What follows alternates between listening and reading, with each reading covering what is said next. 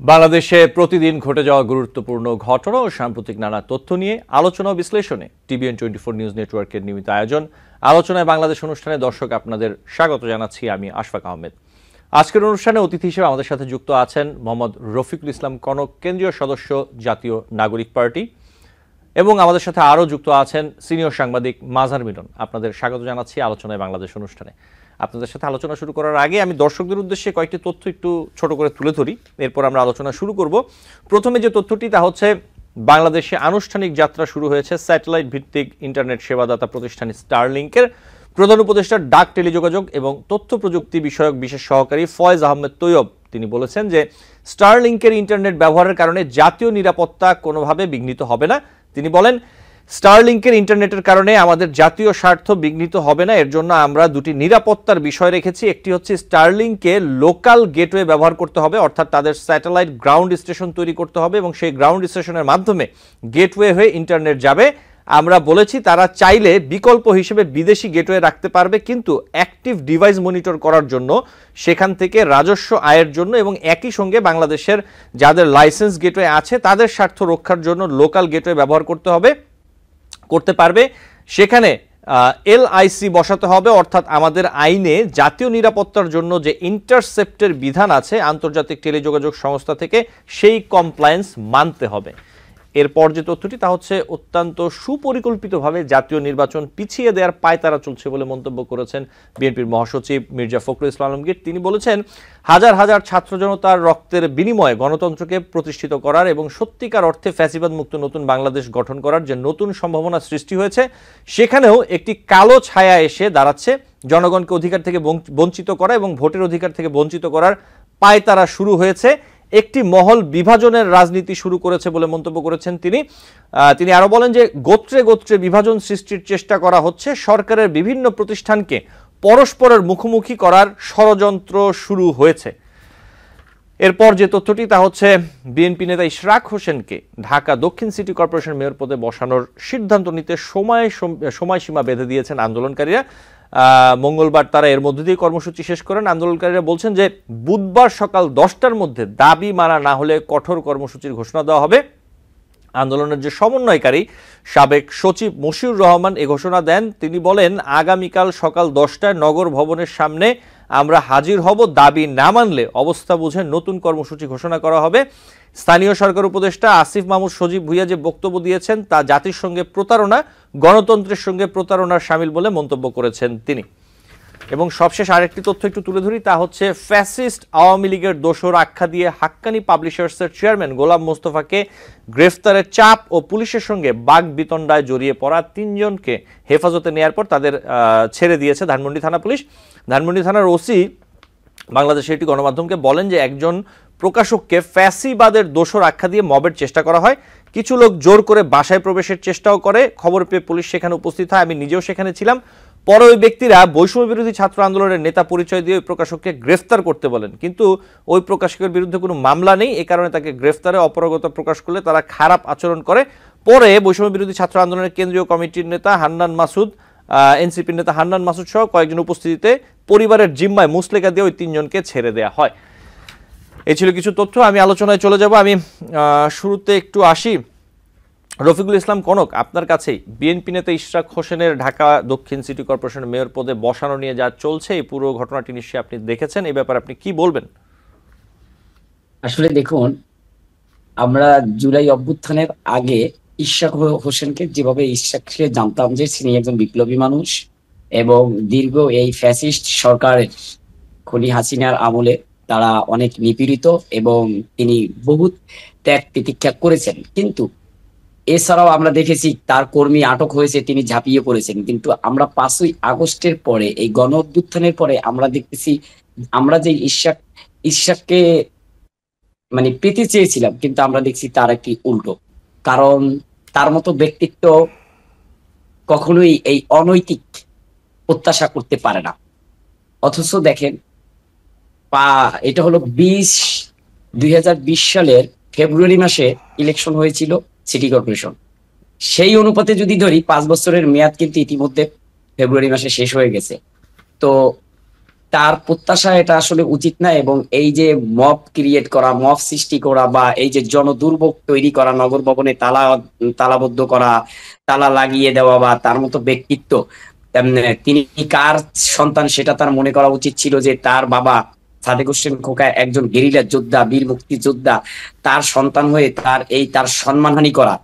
আমি মনে করি তার এই কর্মকাণ্ডের জন্য তার বাবার যে একটা মানুষের প্রতি আস্থা, ভালোবাসা বা সম্মান ছিল, সে সম্মানটা নষ্ট হয়েছে। তো আমি আহ্বান জানাবো ইশরাক হোসেনকে, যে আপনি যা করেছেন ইতিমধ্যে, এটাকে এখন থেকে আর কি যাতে আর সীমা লঙ্ঘন না হয়, রাষ্ট্রের মানুষের দুর্ভোগ যদি তৈরি হয় এই কর্মকাণ্ডের জন্য, তাহলে আমি মনে করি আসলে রাষ্ট্রের মানুষ যে ভালোবাসা ছিল তাদের প্রতি, সেই ভালোবাসা আর থাকবে না। তো এটা জনবিচ্ছিন্ন হয়ে যেতে পারে তারা এর মাধ্যমে। এটাই আসলে আমার কথা। জি, আপনাকে ধন্যবাদ। মাজার মিলন, একই বিষয়ে আপনি কি বলবেন? দেখুন, এই যে বিষয়টি রফি সাহেব বললেন যে বিএনপি নেতা ইশরাক হোসেন যে অন্যায় আবদারটি করছেন, সেই অন্যায় আবদারের যে গ্রাউন্ডটা, সেটা কিন্তু রাষ্ট্র তৈরি করে দিয়েছে। আমি ঠিক বুঝি না যে কেন এই বিষয়টি হঠাৎ করে উচ্চ আদালতে এত দ্রুত চলে আসতে হলো। নির্বাচন কমিশনকেই বা কেন এত দ্রুত সময়ের মধ্যে একটি গেজেট করতে হলো? নির্বাচন কমিশন, আপনি যদি এই প্রেক্ষাপটটা জেনে থাকেন তাহলে নিশ্চয়ই জানবেন যে নির্বাচন কমিশন কিন্তু এই গেজেট প্রকাশের আগে স্থানীয় সরকার মন্ত্রণালয় এবং আইন মন্ত্রণালয়ের মতামত জানতে চেয়েছে, কিন্তু সেই মতামতের জন্য অপেক্ষা না করে তারা দ্রুত তড়িঘড়ি এই গেজেটটি প্রকাশ করে। এটি আসলে কিসের নিদর্শন ছিল, কেন এই তাড়াহুড়ো ছিল, সেটি আমাদের বুঝে আসেনি।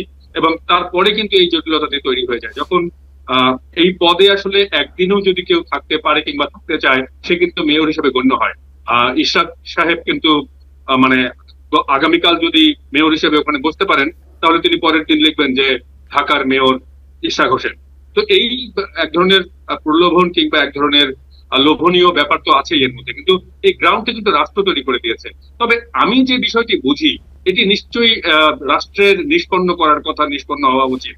কিন্তু ইশরাক সাহেবের পক্ষ থেকে কিংবা ইশরাক সাহেবের লোকজন, ঢাকাবাসীর ব্যানারে যে আন্দোলনটি হচ্ছে, তারা সব ধরনের সেবা কার্যক্রম বন্ধ করে দিয়ে যেটি করছেন, সেটি আসলে মেনে নেওয়ার মতো না। কারণ প্রত্যেক দিন নগর ভবনে প্রচুর মানুষ তাদের একেবারেই জরুরি জরুরি সেবা নেওয়ার প্রয়োজনে যান, সেগুলো সবকিছু বন্ধ করে দিয়ে মানুষকে যে সীমাহীন দুর্ভোগের মধ্যে ফেলেছেন, সেটি আসলে মেনে নেওয়ার মতো না। রাজনীতির দিক থেকে দেখতে গেলে নিশ্চয়ই তারা তাদের সুবিধা আদায় করতে চাইবেন, কিন্তু জনভোগান্তি যারা তৈরি করবেন তাদের জন্য আসলে আহ আমি নাগরিক হিসেবে তাদের এই ব্যাপারটি মেনে নিতে পারিনি। কারণ এই বিষয়ে আমি কাজ করতে গিয়ে দেখেছি যে সেখানে অসংখ্য মানুষ প্রতিদিন যান এবং হয়রানির শিকার হচ্ছেন, এবং কিছু কিছু জায়গায় খুবই গুরুত্বপূর্ণ, তাদের জীবনের প্রশ্ন চলে আসে আর তাদের ভবিষ্যতের প্রশ্ন চলে আসে, কিন্তু সেই সেবাগুলো তারা পাচ্ছেন না।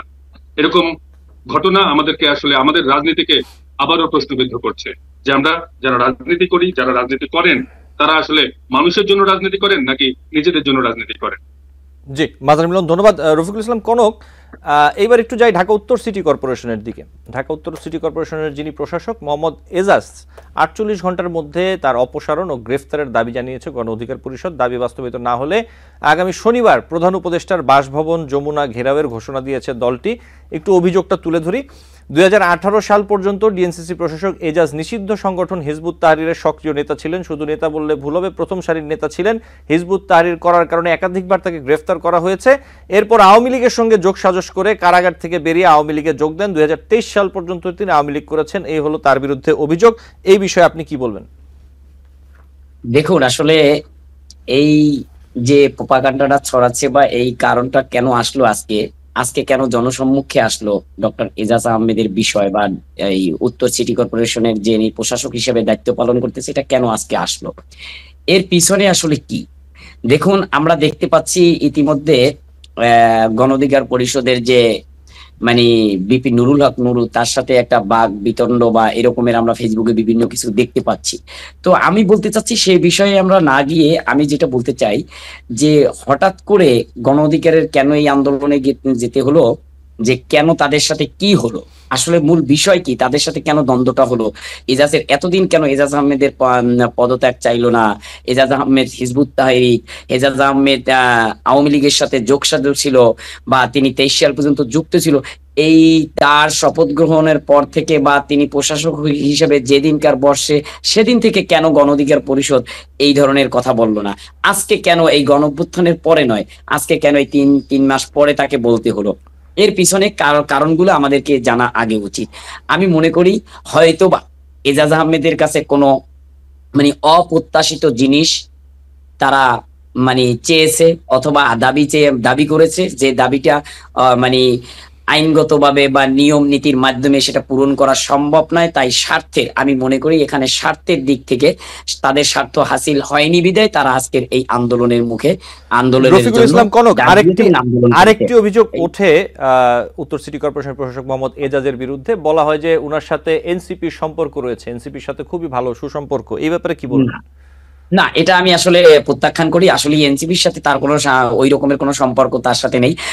দেখেন, একজন প্রশাসক, আপনার সাথে আমার সম্পর্ক থাকতে পারে বা এই মাজার মিলন ভাইয়ের সাথে আমার সম্পর্ক থাকা মানেই এনসিপির সাথে যে তার গভীর সম্পর্ক, অন্তর্দ্বন্দ্ব সম্পর্ক, এটা নয়। তাদের সাথে প্রত্যেকটা বাংলাদেশের মানুষ, প্রত্যেকটা সুনাগরিকের সাথেই এনসিপির সম্পর্ক থাকবে, এটা স্বাভাবিক। কিন্তু এর মানে এমন কিছু নয় যে তিনি এনসিপির নির্ধারিত ব্যক্তি বা এনসিপির মাধ্যমে নিয়োগপ্রাপ্ত ব্যক্তি বা এনসিপি তাকে নিয়োগ দিয়েছে, এই ধরনের কোনো কথা না। তিনি বাংলাদেশের একজন নাগরিক, তার যোগ্যতা সম্পন্ন একজন ব্যক্তিত্ব, তিনি ওই যেখানে আছে উত্তরের প্রশাসক হিসেবে তিনি তার যোগ্য হিসেবে তিনি ওখানে তার মানে সে মূল্যায়িত হয়েছে। কারণ আপনি দেখবেন শুধু এজাজ আহমেদ কেন, এখন যদি মনে করেন যে এই যে আমাদের, আপনি যে স্থানে আছেন আপনার যোগ্যতার জন্যই আপনি ওই স্থানে আছেন, আজকে আমাদের মাজার মিলন ভাই যে সিনিয়র সাংবাদিক হয়েছে তার যোগ্যতার বলেই সিনিয়র সাংবাদিক হয়েছে, আজকে প্রত্যেকটা জায়গায় যোগ্যতার বলেই আসে। কিন্তু আমরা দেখতে পাচ্ছি, আমার কথা যেখানে গণ অধিকার পরিষদ যে আজকে আন্দোলনটা করলো, আজকে যে এই তার প্রত্যাহার চেয়ে যে আন্দোলনটা করলো গণ অধিকার পরিষদ, আসলে এটা কাদের ইন্ধন এখানে আমাদের দেখতে হবে। এটা কি গণ অধিকারের আন্দোলন ছিল না অন্য কারো আন্দোলন ছিল, এটাও আমাদেরকে দেখতে হবে। দেখবেন আপনি ঢাকা দক্ষিণ সিটি কর্পোরেশনের মেয়র ইশরাক হোসেনের এই আন্দোলনের পরে আমরা দেখতে পাচ্ছি বিভিন্ন কর্মকাণ্ড নগর ভবনে তালাবদ্ধ হওয়ার পরে আজকে এই দীর্ঘ 3-4 দিন পরে আজকে উত্তর সিটি কর্পোরেশনের এই ডক্টর এজাজ আহমেদের বিপক্ষে তার প্রত্যাহার চেয়ে একটা মানে আন্দোলনের যে বিক্ষোভ ডাক দিয়ে এলো উত্তরে, এটার উদ্দেশ্য হলো এই যারা ডাক দিয়েছে গণ অধিকার পরিষদ, এই গণ অধিকার পরিষদের স্বার্থ হাসিল হয়নি বা তারা অনৈতিক কোনো কিছু চেয়েছে, যে অনৈতিক কার্যকলাপে এই ডক্টর এজাজ আহমেদ যুক্ত হয়নি বিদায় ডক্টর এজাজ আহমেদের বিপক্ষে তারা দাঁড়িয়েছে এবং মিথ্যা প্রোপাগান্ডা দিচ্ছে। হ্যাঁ, তিনি হিজবুত তাহরিক করতে পারে, তিনি অন্য যে কোনো দল করতে পারে। ভাই, বাংলাদেশে তো আপনার আমার দল করার জন্য কোনো বাধ্যবাধকতা নাই যে আমি করতে পারবো না। তিনি আওয়ামী লীগ করেছে, এটার ডকুমেন্টস কি যে তিনি আওয়ামী লীগ করেছিল, আওয়ামী লীগের অমুক পোস্ট বা অমুক পজিশনে ছিল, এর ডকুমেন্টস কি গণ অধিকার পরিষদের কাছে আছে? আমরা দেখতে পারছি গণ অধিকার পরিষদের টপ টু বটম তারা ওই সময় এই যে নুরুল হক নুরু এই ফ্যাসিস্ট খুনি হাসিনার পায়ে ধরে সালাম দিয়েছে, সে ভিডিও এখনো সোশ্যাল মিডিয়ায় সব জায়গায় প্ল্যাটফর্মে আছে। আমরা কি নুরুল হক নুরুকে বলেছি যে আপনি আওয়ামী লীগ, আপনি আওয়ামী লীগের উমুক, আপনি আওয়ামী লীগের তুমুক? আমরা দেখেছি ফ্যাসিস্ট সরকারের আমলে তিনি মায়ের পিঠ অনেকে ত্যাগ তেতিকা করেছে, ফ্যাসিস্টের বিপক্ষে তিনি দাঁড়িয়েছে, তার জন্য জেল জুলুমও হয়েছে। কিন্তু এর মাধ্যমে এটা নয় যে আমাকে তার রেশ করে বলতে হবে তিনিও আওয়ামী লীগ ছিল। আসলে এই রেশারেশি থেকে আমরা বৈষম্যহীন একটি রাষ্ট্র গঠনে আমরা যে নয়া বন্দোবস্ত আসলে আমরা চাচ্ছি, গণ অভ্যুত্থানের পরে একটি বাংলাদেশ, এমন একটি বাংলাদেশ তৈরি হোক যে বাংলাদেশে কোনো বৈষম্য থাকবে না, একে অন্যের বিরোধিতা করব না। যদি নৈতিক কোনো দাবি হয় সেটা আমরা ডাকবো, কিন্তু নৈতিক অনৈতিক কোনো দাবি নিয়ে আমরা মাঠে নামবো না। এটা হওয়া উচিত ছিল আমাদের সকল দলের, কিন্তু আমরা এই দলগুলোর মধ্যে আমাদের মধ্যে এখনো একতা তৈরি হয় নাই।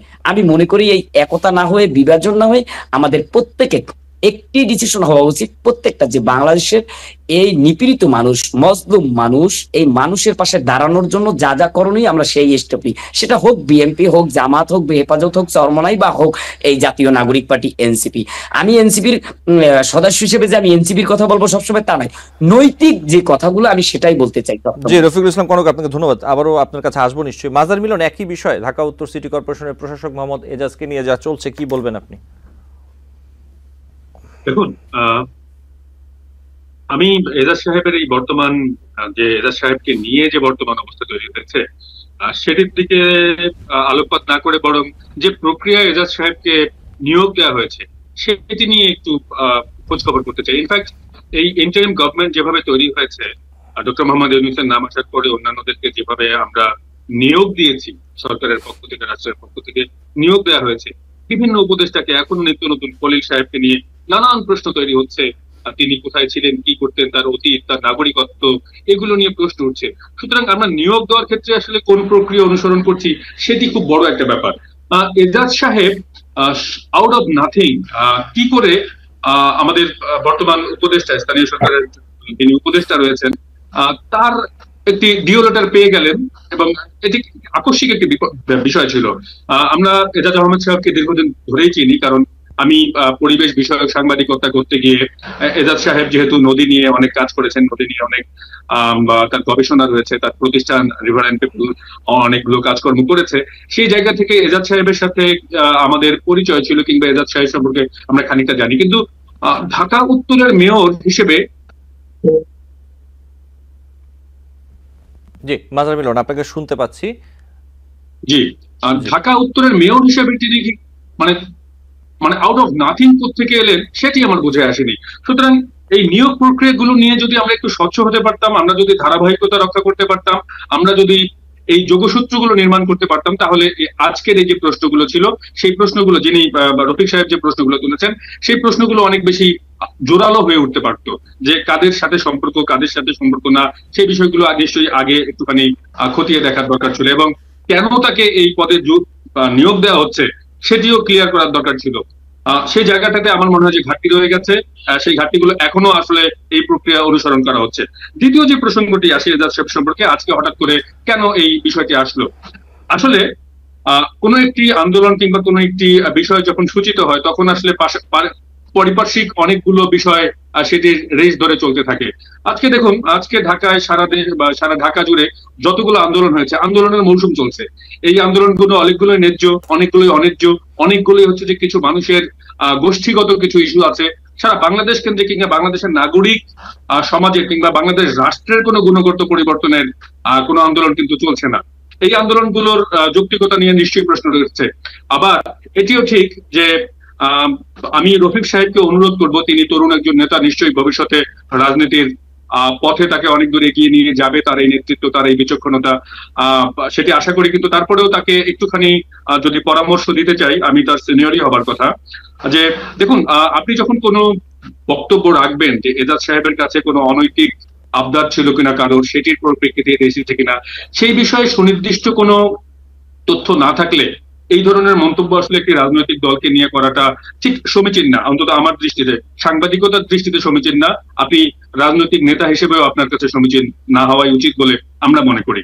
কারণ যদি প্রকৃত কোনো তথ্য, এরকম কোনো তথ্য থেকে থাকে, আপনি যদি এজাজ সাহেবের কাছে শুনতে পেতেন, কিংবা কোনোখানে যদি তথ্য আসতো যে গণ অধিকার পরিষদ কোনো অন্যায্য দাবি করেছে কিংবা অন্যায্য আবদার তুলেছে যেটি কিনা পূরণ হয়নি, সেই কারণে তারা মাঠে এসেছে, এরকম সুনির্দিষ্ট তথ্য থাকলে আপনি এটি বলতে পারেন। কিন্তু একটি সম্ভাবনার উপর নির্ভর করে কিংবা হতে পারে এরকম কোন তথ্য দিয়ে আসলে কোন একটি রাজনৈতিক দলকে মূল্যায়ন না করাই উচিত হবে। আর যে আন্দোলনগুলো চলছে, সেই আন্দোলনের যৌক্তিকতা থেকেও বড় প্রশ্ন হচ্ছে যে রাজনৈতিক দৃষ্টিকোণ থেকে করা হচ্ছে। নির্বাচন নিয়ে নতুন ধরনের, আপনি নিশ্চয়ই এরপরে প্রশ্নে আসবেন, যে আমরা এই বিষয়টা নিয়ে ঠিক আলোচনা করব আপনার সাথে। সরকারকে একটি স্থিতিশীল অবস্থায় রাখা না রাখার একটি রাজনৈতিক কৌশল আসলে খাটানো হচ্ছে কিনা, সেই বিষয়টি আসলে নতুন করে ভাবার আছে। রফিক সাহেবকে আমি চিন্তা করতে বলবো, এদিক থেকেও চিন্তা করার কোনো সুযোগ আছে কিনা উনি চিন্তা করবেন। কিন্তু কারো উপর অন্যায্য ভাবে কোনো সম্ভাবনার উপর কিংবা কোনো ভাবনার উপর, সুনির্দিষ্ট তথ্যের উপর নির্ভর না করে, কোনো ভাবনার উপর নির্ভর করে আসলে অন্যায্য অভিযোগ তোলাটা মনে হয় ঠিক হবে না। আমি আমাকে একটি বিরতি নিতে হবে। আপনাকে ধন্যবাদ। আমাকে একটি বিরতি নিতে হবে। বিরতি থেকে ফিরে ঠিক আপনি শেষ সময় যে কথাগুলো বলছিলেন, এই বিষয়টি নিয়ে আমরা আলোচনা করব। দর্শক, আলোচনায় বাংলাদেশ অনুষ্ঠানে নিচ্ছি ছোট্ট একটি বিরতি, সাথে থাকবেন। টিবিএন 24 টেলিভিশন দেখতে আজই কল করুন 7187776556। লগ ইন করুন www.totalcablebd.com। দর্শক, আলোচনায় বাংলাদেশ অনুষ্ঠানে আপনাদের আবারও স্বাগত জানাচ্ছি। আমাদের সাথে দুজন অতিথি আছেন। আমি বিরতির পর মাজার মিলন আপনার কাছে আবার একটু আসি। আপনি যে কথাটি বলছিলেন বিরতির আগে, আমি একটু আপনার কাছে প্রসঙ্গটি তুলি। বিএনপি মহাসচিব মির্জা ফখরুল ইসলাম আলমগীর তিনি বলেছেন যে অত্যন্ত সুপরিকল্পিতভাবে জাতীয় নির্বাচন পিছিয়ে দেওয়ার পায়তারা চলছে। এবং আমরা যদি দেখি এই যে ইশরাকের মেয়র ইস্যু, নির্বাচনের দাবি, এই যে বিষয়গুলো, এগুলো নিয়ে কোরবানির ঈদের পর কিংবা যদি বলি যে জুন জুলাইয়ের দিকে সরকার বিরোধী আন্দোলন অথবা নির্বাচনের দাবিতে আন্দোলন, এই ধরনের কোনো আন্দোলনে কি নামতে পারে বিএনপি? আপনার কাছে কি মনে হয়, সম্ভাবনা বা আলাপ আলোচনা কি শুনছেন, যদি একটু বলতেন দর্শকদের উদ্দেশ্যে মাঝে মিলন।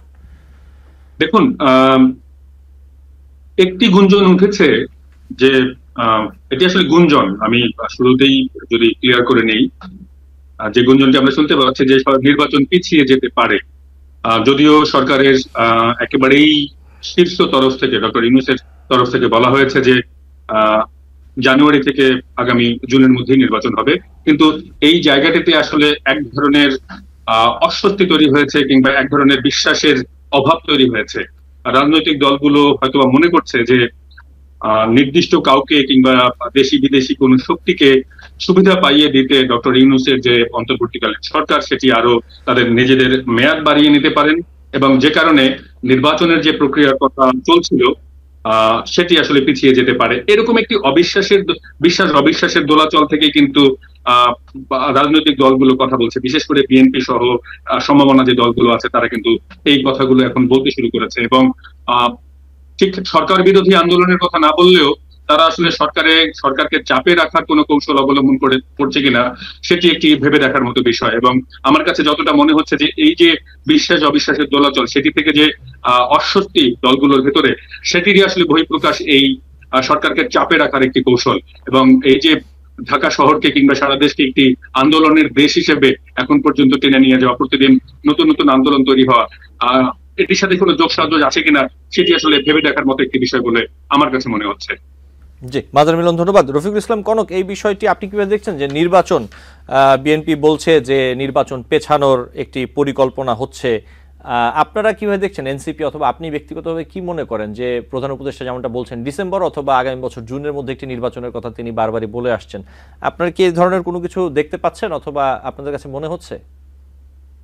আসলে দেখুন, মূল যে বিষয়টা নির্বাচন, ডক্টর মোহাম্মদ ইউনূস তিনি বলেছেন, প্রধান উপদেষ্টা তিনি কিন্তু বলেছেন যে ডিসেম্বর থেকে জুন, এখন পর্যন্ত ডিসেম্বর মাস এলো না, অথবা এই মাঝের মানে 2025 সালের এখন পর্যন্ত অর্ধ বছর পূরণ হলো না। এরই মধ্যে যদি রাজনৈতিক দল হিসেবে আপনারা জানেন যে কোন দল বলেছে, এই একটি বৃহৎ শক্তি, এই রাজনৈতিক দল যদি জনগণের মধ্যে একটি মানে ভীতিকর পরিস্থিতি তৈরি করে, যে নির্বাচন দিবে না, গোলাজাল তৈরি করে, যে গোলাটে তৈরি করে, নির্বাচন ব্যবস্থাটাকে বিঘ্নিত করে, আসলে তাদের তো অপেক্ষা করা উচিত যে ডিসেম্বর আসবে, ডিসেম্বরের পরে তাদের একটা এই বিষয়ে ভূমিকা রাখা উচিত ছিল যে ডিসেম্বর পর্যন্ত কতটুকু নির্বাচন বিষয়ে অগ্রগতি হয়। কিন্তু আমরা দেখতে পাচ্ছি যেদিনকার থেকে ডক্টর মোহাম্মদ ইউনূস ডিক্লেয়ার করেছে, এবং যে ডিসেম্বর থেকে জুনের মধ্যে জাতীয় নির্বাচন হতে পারে এই সময়ের ভিতরে, তাহলে তারা কিন্তু একটা টাইম ডেডলাইন দিয়ে দিয়েছে ইতিমধ্যে যে কোন মাস থেকে কোন মাস। তো আমাদের উচিত, আমরা যারা রাজনীতি করি, আমরা অবশ্য তরুণ রাজনীতি, তারা যেহেতু বয়োজ্যেষ্ঠ এবং প্রজ্ঞাবান, একদম প্রচন্ড বহু বছর যাবত তারা রাজনীতির মাঠে আছে, তারা তো রাজনীতির দিক থেকে অনেক জ্ঞানী, তো তাদেরকে ধৈর্য ধরা উচিত ছিল। কিন্তু এই যেই দলটা নির্বাচন ছাড়া, আপনি দেখছেন দীর্ঘ 16 বছরে তাদের একটাই বাক্য ছিল, মুখে উচ্চারণ ছিল যে একটা নির্বাচন দেন, তত্ত্বাবধায়ক সরকার দেন, নির্বাচন দেন, তত্ত্বাবধায়ক সরকার। কিন্তু তারা কিন্তু বলে নাই কখনো যে সরকার হটানোর জন্য কোনো আন্দোলন করে নাই। দীর্ঘ 16 বছর তারা কি এমন কোনো একটি আন্দোলন করতে পেরেছে যে আন্দোলনের মাধ্যমে বিএনপির চেয়ারপারসন বেগম জিয়ার বাসার সামনে যে বালুর ট্রাক ছিল 2013 সালে, সেই বালুর ট্রাকটা কি তারা সরাইতে পেরেছে? আমরা তো দেখেছি তারা পারেনি। তারা এমন কোন জনবান্ধব আন্দোলন তৈরি করতে পারে নাই, কারণ জনগণ বিশ্বাস করে নাই, এই জন্য তারা আন্দোলন করতে পারে নাই। রফিকুল ইসলাম কনক, এই বালুর ট্রাকের উদাহরণ এবং যেগুলো বলছেন, আমি একটু যোগ করি, আপনার কাছে প্রশ্নটি রাখি। বিএনপি তো গত অভ্যুত্থানের সময় যে আন্দোলন হয়েছে, ছাত্র জনতার আন্দোলন, সেখানে তো ছিল বিএনপি এবং অন্যান্য রাজনৈতিক দলগুলো, সেখানে যদি না থাকতো আপনাদের পাশে, তাহলে কি আপনাদের আন্দোলন এত সহজে সফল হতে বলে আপনি মনে করেন? আচ্ছা, আমি আপনাকে একদম উত্তর দিই, খোলাসাই উত্তর দিই। দেখুন, বিএনপি বা অন্যান্য দল তারা অবশ্যই ছিল, আমরা অস্বীকার করছি না, কিন্তু মূল যে বিষয়টা আসলে তারা কি প্রকাশিতভাবে যুক্ত ছিল? একটু মির্জা ফখরুল ইসলামের আপনি বিবৃতিতে দেখিয়েন যে জুন মাসের শেষের দিকে এবং আগস্টের প্রথম দেখিয়েন তো, তিনি নিজেই বলছেন যে আমরা এই আন্দোলনের সাথে সরাসরি সম্পৃক্ত নই। মির্জা ফখরুল ইসলামের নিজের মুখের বক্তৃতা। আসলে তার মানে আপনারা কি স্পষ্ট করে দিয়েছে বিএনপি যে তারা সরাসরি জড়িত নয়? অবশ্যই তারা জড়িত ছিল, কারণ আমার সাথে এই যে ছাত্র দলের সভাপতি, তার সাথে আমার সাথে এই যে যাত্রাবাড়িতে দেখাও হয়েছিল রাকিবুল ইসলামের সাথে। এখন শোনেন, আমার কথা হলো সেটা নয়, তারা সরাসরি আন্দোলনে যুক্ত ছিল না, এটা স্পষ্ট। তারা পিছন থেকে আন্দোলনে যুক্ত ছিল, কিন্তু আপনি দেখবেন এর একটা উত্তম মানে পূর্বের দিকে আমি একটু ফিরে যাই।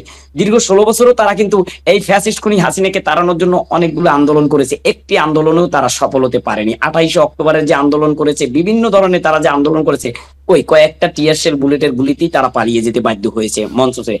এর দায়ভার বিএনপি নিচে নেয়নি আজও পর্যন্ত। বিএনপির যেটা সর্বপ্রথম আন্দোলন হওয়ার উচিত ছিল নির্বাচন নয়, সুষ্ঠু বিচার। তাদের আন্দোলন হওয়ার উচিত ছিল আগে নির্বাচন বাদ দিয়ে আগে সুষ্ঠু বিচার। তারই দলের সিনিয়র নেতা ইলিয়াস আলীর হত্যার আজ পর্যন্ত তারা বিচার চায়নি। তারই ছাত্রদল কর্মী নিহত হয়েছে, বিচার চায়নি। তার যুবদল কর্মী নিহত হয়েছে, বিচার চায়নি। তার স্বেচ্ছাদল কর্মী নিহত হয়েছে, বিচার চায়নি। তাদের যে মূল এজেন্ডা হওয়া ছিল জুলাই অভ্যুত্থানের পরে, যে আমার দলের যত নেতাকর্মী গুম হয়েছে, হত্যা হয়েছে, এর বিচার করবে, তারপরে হলো নির্বাচন ব্যবস্থা। কিন্তু আমরা দেখতেছি কোনো বিচারের প্রয়োজন নাই, দেশের উন্নয়নও কোনো প্রয়োজন নাই, দেশের কি হলো না হলো সেটা আমাদের কোনো মাথা ব্যথা নাই। আমার উদ্দেশ্য হলো আমাকে ক্ষমতায় যেতে হবে, ক্ষমতায় গিয়ে আমাকে আমার নিজের ভাগ্য পরিবর্তন করতে হবে, রাষ্ট্রের কি হলো না হলো তাই। সেই আমরা 2001 সালের রাজনীতিতে ফিরে যেতে চাই, মানে এটা হলো তাদের উদ্দেশ্য, মূল উদ্দেশ্য। আমরা তো আরেকটি প্রশ্ন একটু আপনার কাছে রাখতে চাই, একটু ভিন্ন প্রসঙ্গে আসতে চাই, এবং যদি সংক্ষেপে উত্তরটা দেন এরপর আমি একটু মাজার মিলনের কাছে যাব। ধানমন্ডিতে বৈষম্যবিরোধী ছাত্র আন্দোলনের নেতা পরিচয়ে বিশৃঙ্খল করার জন্য 3 জনকে ধরে নিয়ে গিয়েছিল ধানমন্ডি থানা পুলিশ। পরবর্তীতে আব্দুল হান্নান মাসুদ তিনি যে তাদেরকে মুসলেকা দিয়ে ছুটিয়ে নিয়ে আসেন। আমি আর বিস্তারিত যাব না এই বিষয়টিতে। এই ঘটনার ব্যাপারে আপনি কি বলবেন? জি, আমি এটা আসি, এই ঘটনায় আসবো জাস্ট 30 সেকেন্ড। এবং দেখেন, এই দীর্ঘ 16 বছরের আন্দোলন তো তারা সফল হতে পারেনি। আবার এর মধ্যে কি বললো দুদু, কি বললো, যদি বিএনপি নেতাকর্মী প্রস্রাব করে দেয় তাহলে ভেসে যাবে সবকিছু।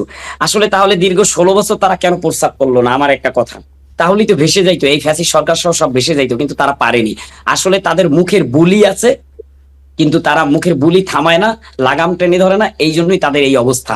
আমি আজকে বলতে চাই, তারা এই জন্য এই রকমের করতে থাকলে তারা একটা সময় জনবিচ্ছিন্ন হয়ে পড়বে। আর একটা বিষয়, আপনি যে ধানমন্ডি থানার যে আহ্বায়ক তাদেরকে কথা বললেন, বৈষম্য বিরোধী ছাত্র আন্দোলনের, আমি এটা অকপটেই জানি যে বৈষম্য বিরোধী ছাত্র আন্দোলনের ভিতরে যারা যুক্ত ছিল বা এখনো যারা যুক্ত আছে, বৈষম্য বিরোধী ছাত্র আন্দোলন শুধু কেন্দ্রীয় কমিটি আছে, আর কোনো বৈষম্য বিরোধী ছাত্র আন্দোলনের এখন পর্যন্ত কোনো কমিটি নেই। এগুলা সম্পূর্ণ এখন এই অবস্থা আছে, মানে স্থগিত অবস্থায় আছে। তারা পুনরায় আবার এটা আসবে, কমিটি হয়ে আসবে আশা করি। কিন্তু আমার কথা হলো, এখানে হান্নান মাসুদ যেহেতু তিনি গিয়েছেন, কেন গিয়েছেন সেটা তিনি ভালো জানবেন। তবে আমার একটা প্রত্যাশা ছিল যে আসলে তার ওখানে যাওয়া বা না যাওয়া এটা তার একটা বিবেচনা করে যাওয়াটা উচিত ছিল। তারপরে যারা সারিয়ে নিয়েছেন, মুসলেকা দিয়ে সারিয়ে নিয়ে আসছেন, তার মধ্যে ইতিমধ্যে আপনারা দেখছেন বৈষম্য বিরোধী ছাত্র আন্দোলন থেকে একটি আদেশের মাধ্যমে সাইফুল ইসলাম তাকে কিন্তু অব্যাহতি দেওয়া হয়েছে সকল কর্মকাণ্ড থেকে।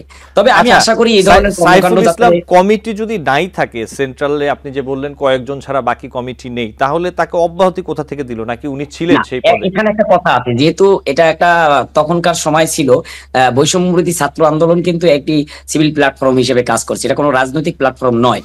সুতরাং সারা বাংলাদেশেই এইগুলার কমিটি হয়ে গেছে। এই কমিটিগুলো কিন্তু বিলুপ্তি, এটা কি এনসিপির লেজুর ভিত্তিক কোনো সংগঠন হিসেবে এখন কাজ করছে? না না না, এটা কখনোই এনসিপির লেজুর ভিত্তিক সংগঠন বৈষম্য বিরোধী ছাত্র আন্দোলন নয়। বৈষম্য বিরোধী ছাত্র আন্দোলন একটি জুলাই অভ্যুত্থানের এটি তৈরি করে একটি আন্দোলন, মানে এই কি বলে, আমি এখনকার কথা বলছি, যার মাধ্যমে সারা বাংলাদেশে আন্দোলন ঘনীভূত হয়েছিল। আমি এখনকার কথা বলছি, তখন তো তাই ছিল না। এখন এনসিপির সাথে বৈষম্য বিরোধী ছাত্র আন্দোলনের এনসিপির সাথে সরাসরি কোনো সম্পৃক্ততা। তাহলে এনসিপি আলাদা রাজনৈতিক প্ল্যাটফর্ম। এনসিপি নেতা হান্নান মাসুদ কেন গেলেন তাদের ছাড়াতে? তাদের পুলিশ ধরে নিয়েছে, এটার ভিডিও সোশ্যাল মিডিয়াতে ছড়িয়ে পড়েছে। তারা যেভাবে বাকবিতণ্ডা করেছে পুলিশের সাথে, পুলিশ আইনি প্রক্রিয়া যা হবে, তারা নিরাপরাধ হলে তাদের ছেড়ে দিবে, তাই হবে। হান্নান মাসুদ কেন গেলেন? না, আমি একটু কথা বলি, আমি নিজেও দেখেছি। এখন একটা কথা হলো, আপনার সাথে আমার সম্পর্ক দীর্ঘদিনের, আমরা একই সাথে একই প্ল্যাটফর্মে আন্দোলন করেছি। এখন আপনাকে অনৈতিক ভাবে, আপনাকে জোরপূর্বক ভাবে কারো উস্কানিতে আপনাকে গ্রেপ্তার করলো, তাহলে সেক্ষেত্রে আমি সহযোগী হিসেবে, আমার ভাই হিসেবে আমি অবশ্যই যেতে পারি। এটা কি জি। রাজনৈতিক ভাবে গিয়েছে? না, অবশ্যই আমি শুভাকাঙ্ক্ষী হিসেবে আমি যেতে পারি ভাই। এটা আমি ওইভাবে দেখতেছি না। আমরা যেতে পারি, না, যাওয়ার আমি পরে আমার আপনার বিদ্যালয়তে দৃষ্টিভঙ্গিটা যদি- পেয়েছি রফিকুল ইসলাম কনক, আপনাকে ধন্যবাদ। আমাদের সময় কম, আমি একটু মাজার মিলনের কাছে যেতে চাই। মাজার মিলন, এই যে বিষয়টি নিয়ে আলোচনা করছিলাম, আপনি যদি একটু বলতেন একজন সাংবাদিক হিসেবে ঘটনাটি কিভাবে দেখছেন?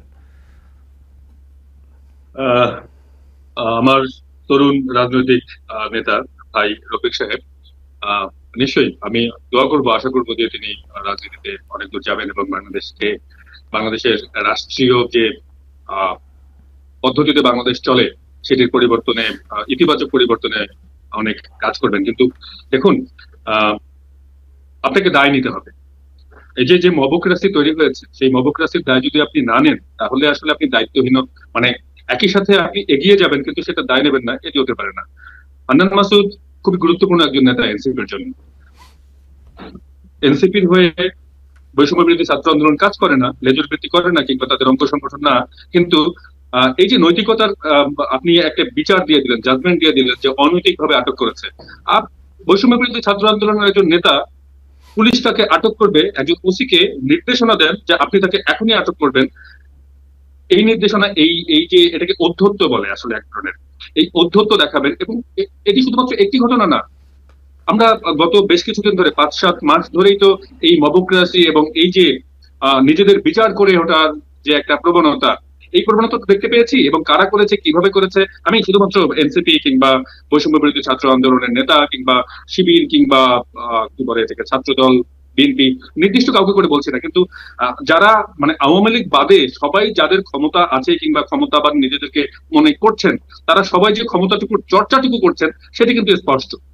সুতরাং এই যে হান্নান মাসুদ গিয়েছেন, তার আগে মানে হান্নান মাসুদ গেছেন তার ভাইকে ছাড়িয়ে নিতে, যে ভাই একজন ওসিকে নির্দেশ দেন তাকে আটক করতে হবে, তার বিরুদ্ধে কোনো মামলা না থাকলেও করতে হবে। এই যে এটা হচ্ছে ক্ষমতার চর্চা। সহজ করে বললে, আরো নিরপেক্ষ দৃষ্টিকোণ থেকে বললে, অপচর্চা বলা হয়। আমাদের রাজনৈতিক দলগুলো, আমাদের এই যে রাজনৈতিক সংস্কৃতিতে এই অপচর্চা আসলে ঢুকে পড়েছে। এটি গেল একটা দিক। আমি রফিক সাহেবকে বলবো এই বিষয়টি একটু খেয়াল রাখতে, আপনারা যখন রাজনীতি করবেন কোনটা চর্চা আর কোনটা অপচর্চা, সেই সূক্ষ্ম জায়গাটুকু একটু পার্থক্য করে রাখবেন। আমি এখানে এবং এটা নিয়ে আর কোনো কথা বলতে হবে না, এটার কোনো জবাব নেই। আমি জাস্ট আপনাকে অনুরোধ করে রাখলাম, আপনি জাজমেন্টে যেতে পারেন না যে তাকে অ্যারেস্ট করতেই হবে তার বিরুদ্ধে কোনো মামলা না থাকলেও। এই জাজমেন্ট দেওয়ার নৈতিক অধিকার, আইনি অধিকার কোনোটাই কারোরই নাই। এবং এরকম অধ্যত্বপূর্ণ আচরণ যখন পুলিশের সাথে কেউ করে, তাকে আটক করলে আপনার নেতা তাকে ছাড়িয়ে নিতে যাবে এবং আপনি বলবেন যে অনৈতিকভাবে আটক করা হয়েছে। You can't define this in this way. Anyways, এর বাইরে হচ্ছে যে ভবিষ্যতের রাজনৈতিক কালচার। আমি এটি বিশ্বাস করি যে বাংলাদেশ রাষ্ট্র গত 18 বছর ধরে যে রাজনৈতিক প্রেক্ষাপটের ভিতর দিয়ে এসেছে, সেখানে এই রাষ্ট্রটির কাঠামোগত একটি পরিবর্তন হওয়া দরকার। সেই পরিবর্তনে বিএনপিকে বুঝতে হবে, তারা যদি মানে আওয়ামী লীগ যে অবস্থা রেখে গেছে সেখানে গিয়ে টপ করে গিয়ে ক্ষমতায় বসে আবার সেই আওয়ামী লীগ হয়ে ওঠার পথ তৈরি করতে চায়, সেটিও যেমন আসলে আমাদের প্রত্যাশার বাইরে, আমরা সেরকম প্রত্যাশা করি না। আবার অন্য কেউ কিংবা অন্য কোনো শক্তি যদি মনে করে যে অনির্বাচিত একটি ব্যবস্থার ভেতর দিয়ে এরকম মবক্রাসি, এরকম মানে যার যা খুশি করার যে অধিকার, সেই অধিকারের ভেতর দিয়ে এরকম অবস্থা চলতেই থাকবে দীর্ঘদিন, এবং সেটা কতদিন চলবে কেউ জানে না, সেটিও আমরা প্রত্যাশা করি না। আমরা চাই যে একটি সুনির্দিষ্ট কর্মপন্থা ঠিক করে এই রাষ্ট্রটিকে একটি কাঠামোগত পরিবর্তনের ভিতর দিয়ে একটি সুষ্ঠু কাঠামো, যেখানে কিনা কেউ আওয়ামী লীগ হয়ে উঠতে পারবে না, সেই জায়গাটিতে নিয়ে গিয়ে আবারও নির্বাচন হোক, এবং সেটি দ্রুততম সময়ের মধ্যে হোক, যাতে করে একটি নির্বাচিত সরকার আওয়ামী লীগ না হয়ে উঠতে পারে, যাতে করে কারোরই আওয়ামী লীগ হয়ে ওঠার পথ তৈরি না হয়। এটিতে বিএনপি যে তাড়াহুড়ো এখন করছে, সেই তাড়াহুড়ো করার জায়গা আমার নেই বলে মনে হয়। এবং তাদের উচিত এই যে সংস্কার প্রক্রিয়া, এই সংস্কার প্রক্রিয়াকে একটি কি বলা যায়, এখানে তাদের সহযোগিতা করা উচিত। এবং এর সাথে সরকারকে কিংবা সরকারের পক্ষে যারা মনে করছেন যে নির্বাচন ইস্যু না, নির্বাচন যতদিন পরে হোক, এটাতে কিছু যায় আসে না, তাদেরকেও মাথায় রাখতে হবে যে নির্বাচন আসতে হবে, সংস্কার এবং নির্বাচন প্রক্রিয়া একই সাথে চালু রাখার ব্যবস্থা করতে হবে। পাশাপাশি আরো একটি ব্যাপার আমি আমার মনে হয় যে নাগরিক হিসেবে আমার কনসার্ন হওয়া উচিত, সাংবাদিক হিসেবে তো বটেই। রাষ্ট্র এখন যে সিদ্ধান্তগুলো নিচ্ছে সেই সিদ্ধান্তগুলো বাংলাদেশের কি বলে সার্বভৌমত্বের যে প্রশ্ন তৈরি করছে, যে কথাগুলো এখন উঠছে, এই সিদ্ধান্তগুলো নেওয়ার ক্ষেত্রে বাংলাদেশের নাগরিক সমাজ, বাংলাদেশের যে রাজনৈতিক দলগুলো আছে তাদের সাথে আলোচনা করে নিতে হবে। কারণ বাংলাদেশকে এই ইন্টারিম সরকার কিংবা যে কেউই, পরবর্তী রাজনৈতিক সরকারও যিনি আসবেন কিংবা আসবেন না, তাদের কারোরই অধিকার নেই যে সুনির্দিষ্ট পর্যালোচনা ছাড়া, সুনির্দিষ্ট ঐক্যমত্য ছাড়া, একেবারেই মানে সারা দেশের বড় অংশের নাগরিকের, বড় অংশের রাজনীতির ঐক্যমত্য ছাড়া কোনো একটি ডিসিশন আমি হুট করে নিতে পারি না, কেউ নিতে পারে না, যেটিতে বাংলাদেশের সার্বভৌমত্বের প্রশ্ন তৈরি হতে পারে। আমি বলছি না যে সার্বভৌমত্ব শেষ হয়ে গেছে, কিন্তু কোনো হুমকি কিংবা কোনো প্রশ্ন তৈরি হতে পারে এরকম কোনো কাজে ইন্টারিম সরকারেরও যাওয়া উচিত না, কারোরই যাওয়া উচিত না। বটম লাইন যেটা বলতে চাচ্ছি যে সরকারকে অবশ্যই বুঝতে হবে তাদের করণীয় কোনটুকু, তাদেরকে অবশ্যই পথরেখাটা আসলে শুধু নির্মাণ করতে হবে না, জানিয়ে দিতে হবে যে আমরা এই সংস্কার করতে চাই, এইভাবে করতে চাই, এতদিনের মধ্যে করতে চাই, এবং এতদিনের মধ্যে নির্বাচন যে দেওয়ার কথা বলছি সেটিতে আমরা অবস্থান করছি।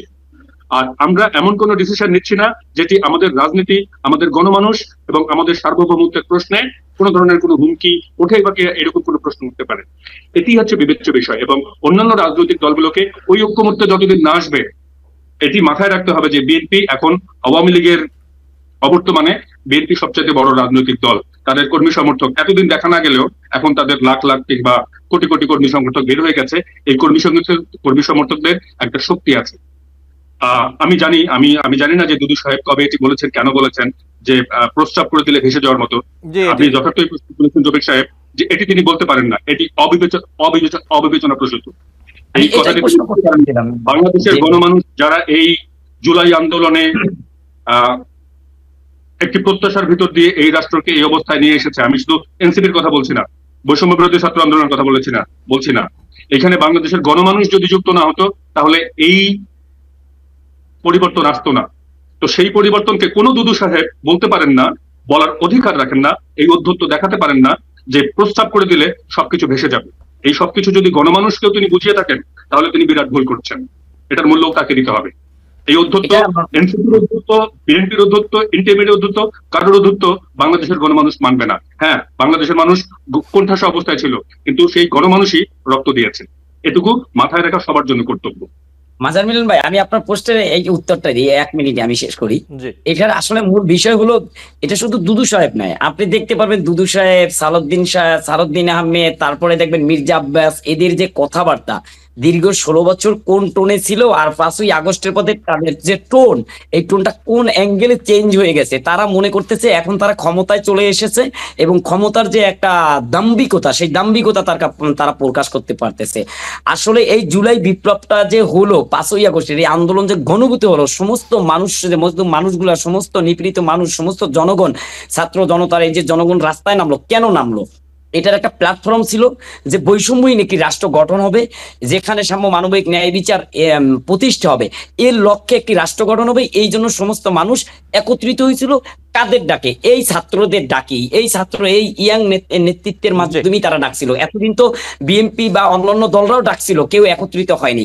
এদের কাছে, এই ছাত্রদের কাছে বা ইয়াংদের কাছে আশ্বস্ত হতে পেরেছিলেন, তারা বিশ্বাস স্থাপন করতে পারতেছিলেন যে এদের মাধ্যমে হলে আমরা আস্থা রাখতে পারি। এদের এই বিশ্বাস স্থাপনটা, আমি দুদু সাহেব নয়, শুধু যারাই এই ধরনের কর্মকাণ্ড করতেছে, এই দুদু সাহেব বলেন, আব্বাস সাহেব বলেন, বা এই যে আমাদের মানে সালাউদ্দিন সাহেব বলেন, তারা 5ই আগস্টের এক বয়ান ছিল, 5ই আগস্টের পরে এই বছরের এই 25 সালের ডিসেম্বরের পরে এসে তাদের বয়ান চেঞ্জ হয়ে গেছে।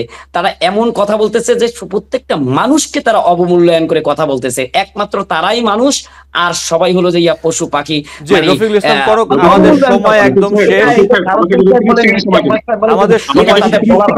আমি মনে করি বাংলাদেশের প্রত্যেকটা নাগরিকের যে অধিকার আছে, অধিকার খণ্ডন করতে পারে না। আমাকে 30 সেকেন্ড সময় দেন। যেমন বিএনপির মাথায় রাখা উচিত যে গণমানুষের আস্থাকে, গণমানুষের যে উদ্দেশ্যকে যেন অসম্মান করা না হয়, এটি যেমন বিএনপির মাথায় রাখা উচিত। ছাত্রদের কিংবা এখন যারা সরকারে আছেন তাদেরও মাথায় রাখা উচিত যে মানুষের অনাস্থা তৈরি হয় এমন কোন জায়গায় যেন তারা না যান। সেটা ছাত্র হোক। রফিকুল ইসলাম কনক, আমাদের সময় একদম শেষ, আমরা অতিরিক্ত সময় আছি, নিশ্চয়ই আপনাদের সাথে আবারও কথা হবে এবং আমরা আমাদের দর্শক আপনাদের মূল্যবান মতামত শুনতে পারবেন। দুজনই ভালো থাকবেন। দর্শক, আলোচনায় বাংলাদেশ অনুষ্ঠানে আজ এই পর্যন্তই। পরবর্তী অনুষ্ঠান দেখার আমন্ত্রণ জানিয়ে বিদায় নিচ্ছি।